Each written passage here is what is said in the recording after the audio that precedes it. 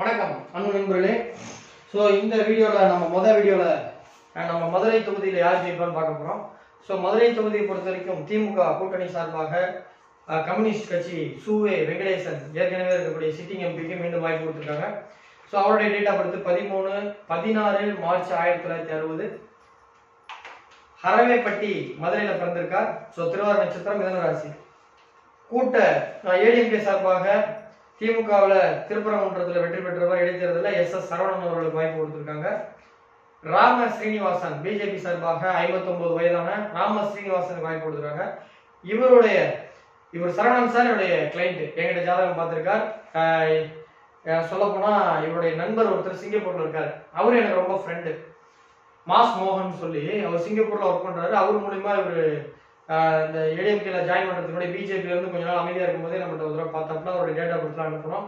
குறிப்பா அவரை பத்தி சொல்லணும்னா 2023ஆம் ஆண்டு அவர் கேலண்டர் இதா இருந்தா டைரி இதா இருந்தா கொடுங்கன்னு சொல்லி ஃபேஸ்புக்ல போட்டதை பார்த்துட்டு மாஸ் மோகன் அவர்கிட்ட சொல்ல அவருடைய ஆளை விட்டு மதுரையில இருந்து சேலத்துக்கு ஒரு ஏதோ வேலையா போயிருப்பாங்க போல இருக்கு. ஒரு பை நிறைய கேலண்டர் கொடுத்தாங்க. ஒரு கேலண்டர் கொடுப்பாங்க, 2 கேலண்டர் கொடுப்பாங்க. 45 கேலண்டர் கொடுத்தாரு. எங்க வீட்டுல ஹாலில் வரும்போதெல்லாம் என்னங்க இந்த வருஷம் கேலண்டர் போட்டிலாம் எங்களுக்கு கொடுக்கலன்றாங்க. ஏதோ நான் போட்டேன்னு நினைச்சுக்கிட்டாங்க. அந்த அளவுக்கு ஒரு பெரிய கேலண்டர் போட்டு கொடுத்தார். அற்புதமான நண்பர். ஸோ ராமஸ்ரீனிவாசன் டிவி வாதங்கள்லாம் பேசுவார். நிறைய ஒரு இந்துத்துவ சித்தாந்தவாதி. ஸோ இவங்க 3 பேர் நிற்கிறாங்க. இதில் யார் ஜெயிப்பான்றதை நம்ம பார்க்க போறோம். தொகுதி மதுரையில 40 தொகுதியில் முக்கியமான தொகுதி மதுரை மீனாட்சி அம்மன் இருக்க ஊரு. ஸோ இந்த தொகுதியில யாரெல்லாம் வெற்றி பெறுவதற்கான வாய்ப்பு இருக்குன்னு பார்க்கும்போது முதல்ல முக்கியமா நாங்கள் எப்பயுமே இண்டிபெண்டா கன்சிடர் பண்ணிக்கிறது கிடையாது. உள்ளாட்சி தேர்தலில் கூட யாராவது இண்டிபெண்டன்ட் ஜெயிப்பாங்க. பாராளுமன்ற சட்டமன்ற தேர்தலில் இனி வரக்கூடிய காலங்களில் இண்டிபெண்டன்ட் ஜெயிக்கிறதுக்கான வாய்ப்பே இல்லைன்ற மாதிரி தான் ஆகிப்போயிடுச்சு. அதனால சு வெங்கடேசன் அவர்கள் சிபிஐ சார்பாக கதிர் சின்னத்தில் நிற்கிறாங்க. பி சரவணன் அவர்கள் இரட்டை சின்னத்தில் நிற்கிறாங்க. ராம ஸ்ரீனிவாசன் அவர்கள் தாமரை சின்னத்தில் நிற்கிறாங்க. தோழர் சகோதரி சத்யதேவி அவர்கள் மைக் சின்னத்தில் நிற்கிறாங்க. ஸோ இந்த 4 பேருக்குள்ளதான் இவங்க தான் முக்கியமான வேட்பாளர்கள். நான் என்ன பொறுத்த வரைக்கும் வெற்றி பெறுவதற்கான வாய்ப்பு உள்ளவங்க அப்படின்னு பார்க்கும்பொழுது அரசியல் ரீதியாக 3 பேர் நான் கன்சிடர் பண்ணியிருக்கேன். சு வெங்கடேசன் டிஎம்கே சார்பாக, ஏடிஎம்கே சார்பாக பி சரவணன் அவர்கள், ராம சீனிவாசன் பிஜேபி சார்பாக. இதுல அதாவது இவங்க 3 பேர், அதாவது இவருடைய ஜாதகம் இருக்கு, இவருடைய ஜாதகம் இருக்கு, இவருடைய ஜாதகம் கிடையாது. அவருடைய நஷ்ட ஜாதகம் படி நம்ம பார்க்கும்போது அவருடைய அஃபிடவிட் தாக்கல் பண்ண அதுல வரக்கூடிய டேட் ஆஃப் பர்த்லாம் வச்சு பார்க்கும் பொழுது மதுரை சு வெங்கடேசன் அவர்களுடைய ஜாதகத்தை பார்க்கும் பொழுது 16 மார்ச் 1970 ஹரவேப்பட்டி மதுரையில பிறந்திருக்கார். திருவாதிரை நட்சத்திரம், 3ஆம் பாதம், மிதுன ராசி.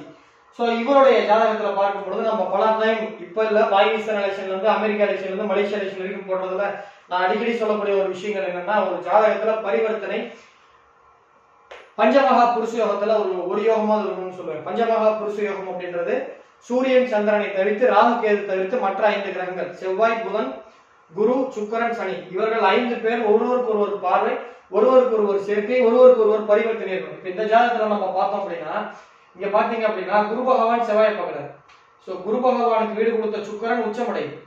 சோ குரு பகவானுக்கு வீடு கொடுத்த சுக்கிரன் உச்சமடைகிறதுனால இந்த கிரகம் மிகுந்த பலம் பெறுகிறது. இவர் செவ்வாயை பார்க்கிறார், சனியை பார்க்கிறார், சந்திரனை பார்க்கிறார், புதனை பார்க்கிறார். நெக்ஸ்ட் இப்போ தசை புத்தி இவருக்கு நடக்கிற தசை பாத்தீங்க அப்படின்னா இவருக்கு 2010 முதல் 2027 வரைக்கும் 2010 முதல் 2027 வரைக்கும் புதன் தசை நடக்குது. அதுல தேர்தல் நடக்கக்கூடிய காலமான இந்த காலகட்டத்துல குரு புத்தி நடக்குது. 30/5/2022 இருந்து 4/9/2024 வரைக்கும் குரு தசை நடக்குது. திரும்ப ராசி கட்டுறது.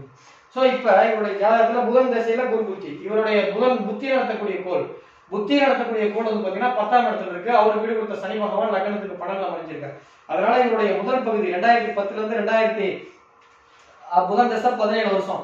சோ அதுல பாதிக்கும் போது கிட்டத்தட்ட 8 வருஷம் 2018 வரைக்கும் இவர் அரசியல ஒரு பெரிய எழுச்சி வர முடியல. பட் அந்த புதன் ராகுவோட சேர்ந்திருக்கிறதுனால ஒரு புத்தகத்துறையில மிகப்பெரிய ஒரு கம்யூனிஸ்ட் சித்தாந்தங்கள் மற்ற சில கதைகள் புத்தகங்கள்லாம் நிறைய எழுதியிருக்காரு. சோ இந்த புதன் இவருக்கு ரொம்ப பலமா இருக்கு. இந்த புதன் புத்தி தான் இவருக்கு பலன். சோ 2027 வரைக்கும் தான் இருக்கு.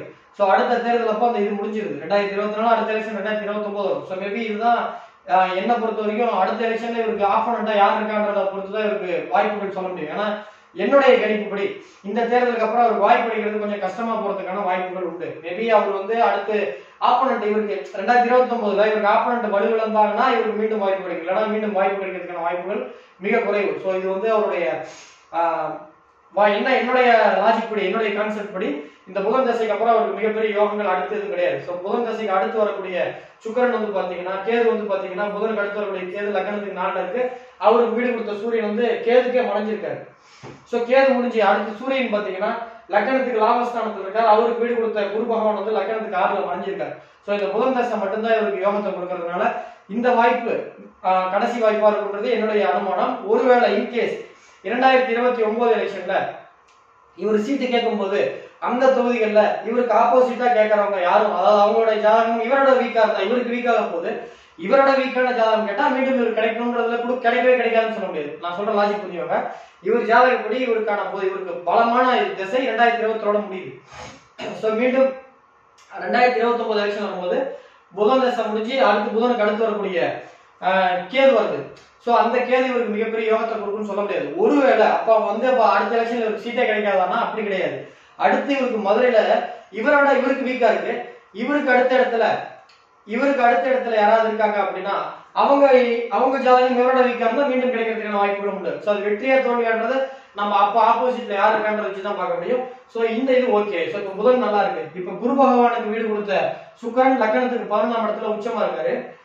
குருவுக்கு வீடு கொடுத்த சுக்கிரன் உச்சம் அடைகிறதுனால அந்த குரு பகவானுக்கு பலம் அதிகம். ஸோ இப்போ ஆப்போசிட் ஜாதகத்துல நம்ம சரவணன் ஜாதகத்தை பார்க்கும்பொழுது அவருக்கு சனி மேல அவருடைய ஜாதகத்துல புதன் மேல கோச்சார சனி நில உழவுதாலையும், அதே மாதிரி ராகுக்கு தான் அவருக்கு சூரியன்ற அமைப்பு இருக்கிறதுனாலயும் சீட்டு கிடைச்சது. ஆனா வெற்றி கிடைக்குமா அப்படின்ற போது ரொம்ப கஷ்டமா இருக்கு. ராமசீனிவாசன் ஜாதகத்துல பார்க்கும்பொழுது புதன் ராகு நடக்குது. அதாவது நடக்கக்கூடிய தசை புத்தி அந்தரம் கணக்கப்படும் பொழுது புதன் ராகு நடக்குது. புதன்ல ராகு காலப்பகை.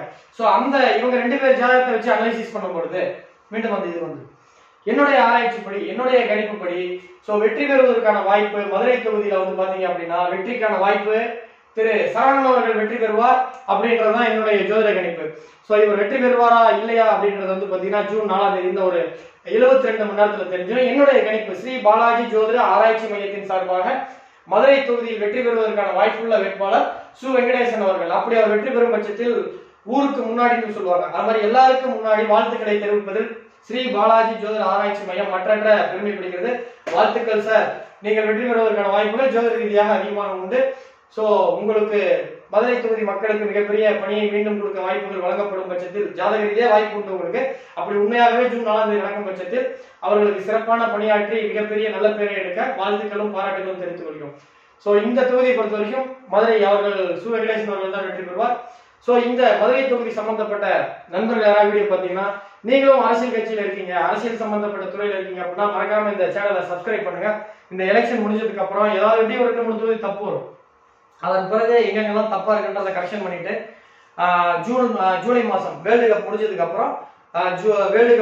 அப்புறம் ஜூலை மாதம் அரசியலில் வெற்றி பெறுவதற்கான வாய்ப்புள்ள ஜாதக அமைப்புன்னு சொல்லி ஒரு இது வரைக்கும் எலெக்ஷன்ல சீஃப் மினிஸ்டராவோ எம்எல்ஏவோ அதிகமா தொடர்ச்சியா இருப்ப இவரு துரைமுருகன் சார், கே செங்கோட்டையன் ஜாதகம்லாம் உண்மையான ஜாதகமே நான் பார்த்திருக்கேன்.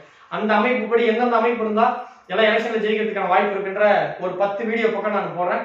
அதை நீங்க வச்சு உங்க ஜாதகத்துலாம் பொறுத்தவருதா அது மாதிரி உங்களுக்கு இருக்கான்னு நீங்களே செக் பண்ணிக்கலாம். ஸோ ஒரு 15 வீடியோ ரொம்ப எளிமையா புரியுற மாதிரி போடுறேன். ஸோ இந்த அரசியல் ஆர்வம் இருக்கவங்க இந்த சேனலை மறக்காம சப்ஸ்கிரைப் பண்ணுங்க.